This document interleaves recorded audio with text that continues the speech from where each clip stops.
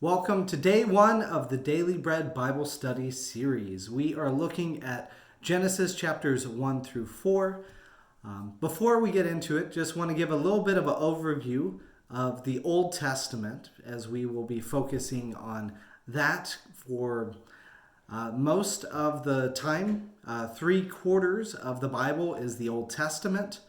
And the first book of the Old Testament is the book of Genesis. So we will be looking at that going all the way through January. So the book of Genesis is named after the first words of the story, which is in the beginning, the acts of creation. The creation not just of the world, as God does, but the creation towards creating this family from the tribe of Judah, who will become called the Jews. And so that is kind of the arc of the Old Testament. It's the story of the post-exilic Jews. We'll discuss more what that means later, but the short of it is it's the stories of faith to talk about how the people, a special chosen people, are created by God. And so we have two accounts of creation in which God creates in different ways. In chapter 1, we hear God, calling and being a little bit more distant, God naming things and them coming into being. And then in chapter 2 of Genesis, we see the creation account where God is more hands-on, taking the earth of the earth and dust and molding it and breathing the breath of life into it. So we'll get to see that. God creates humanity as well, in addition to all of creation.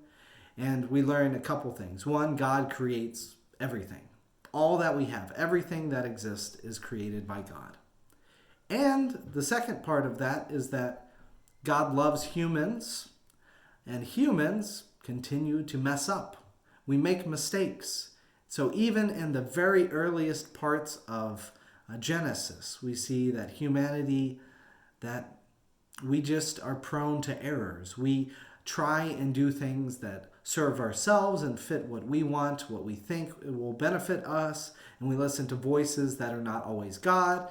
And from that comes, in some sense, our own self-inflicted suffering and challenges, and sometimes not even our own self-inflicted suffering, but suffering caused by others or those around us. So we live in an imperfect world, and we as humans are imperfect, but yet God's love still remains.